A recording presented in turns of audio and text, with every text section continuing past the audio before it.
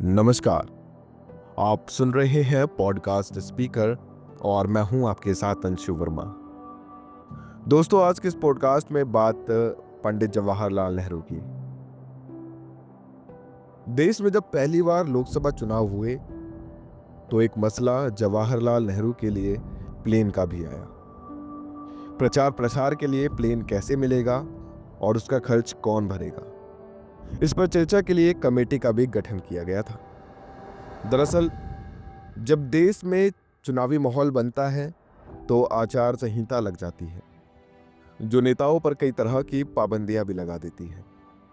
कोई सांसद या मंत्री किसी भी तरह से सरकारी व्यवस्थाओं का लाभ नहीं ले सकता, क्योंकि चुनावी माहौल में वो एक प्रत्याशी होते हैं और कुछ भी नहीं।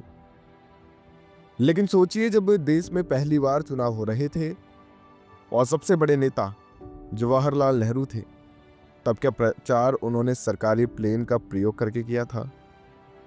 नेहरू ने आखिर अपना पहला चुनाव कैसे लड़ा? कैसे एक अकेले नेहरू अपनी पार्टी के लिए सबसे बड़े स्टार प्रचारक बन गए थे? चुनाव लड़ने की बारी आई तो नेहरू ने जाहिर तौर पर अपने घर को ही चुना, यानी इलाहाबाद को। जवाहरलाल नेहरू ने अपना पहला लोकसभा चुनाव इलाहाबाद ईस्ट और जौनपुर वेस्ट की संयुक्त सीट से लड़ा। ये सीट बाद में फूलपुर लोकसभा सीट बन गई। शुरुआत के 3 लोकसभा चुनाव नेहरू ने इसी सीट से जीते। कमाल की बात यह है कि शुरुआत के 2 चुनाव ऐसे थे जिसने सीट में नहीं बल्कि 2 सांसद चुने जाते हैं। खैर, जवाहरलाल नेहरू ने उस वक्त देश के सबसे बड़े नेता थे और कांग्रेस का सबसे बड़ा चेहरा भी। ऐसे में उनका जिम्मा सिर्फ अपनी सीट तक सीमित नहीं था, बल्कि पूरे देश में पार्टी के लिए प्रचार करना भी था। यह आजाद भारत का पहला चुनाव था। दूर सुदूर लोगों में नेहरू को देखने का पागलपन था। चुनाव शुरू होने वाला था, लेकिन उससे पहले एक संकट आया, चुनाव प्रचार का। पूरे देश में नेहरू चुनाव कैसे करेंगे, क्योंकि यही वह दौर था जब दुनिया के कुछ बड़े नेताओं की हत्या कर दी गई थी। ऐसे में एक चुनौती नेहरू की सुरक्षा को लेकर भी था।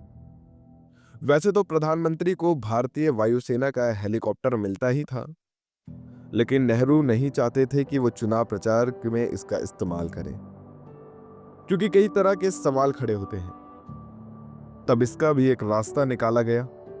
Form Curzon to Nehru and after नाम की किताब में बताया गया है कि सरकार ने तब इस मसले का हल निकालने के लिए एक कमेटी बनाई, जिसके बाद यह तय हुआ कि प्रधानमंत्री को सुरक्षा के मद्देनजर सरकारी हेलीकॉप्टर का इस्तेमाल करने दिया जाएगा।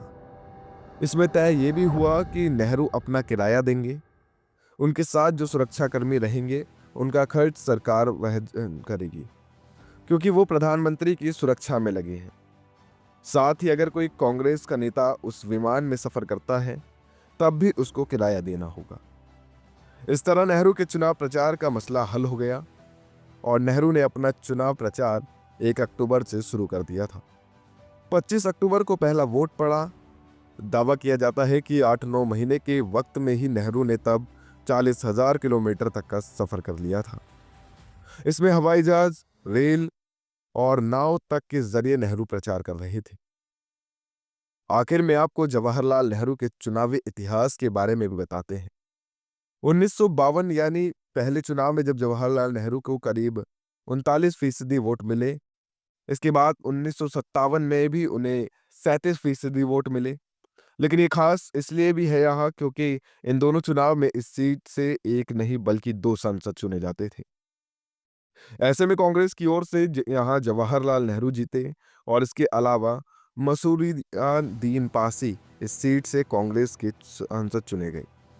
1962 का चुनाव जब हुआ तब तक ये सीट फूलपुर लोकसभा सीट हो गई थी और अब एक सीट पर एक ही सांसद चुना जा रहा था।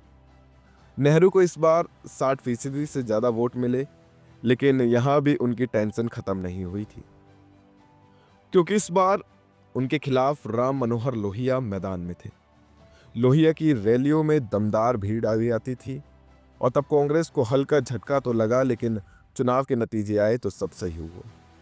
इस लोकसभा चुनाव के 2 साल बाद ही नेहरू का निधन हो गया और जब इस सीट पर उपचुनाव हुए तब जवाहरलाल नेहरू की बहन विजय लक्ष्मी पंडित यहां से सांसद बन गई।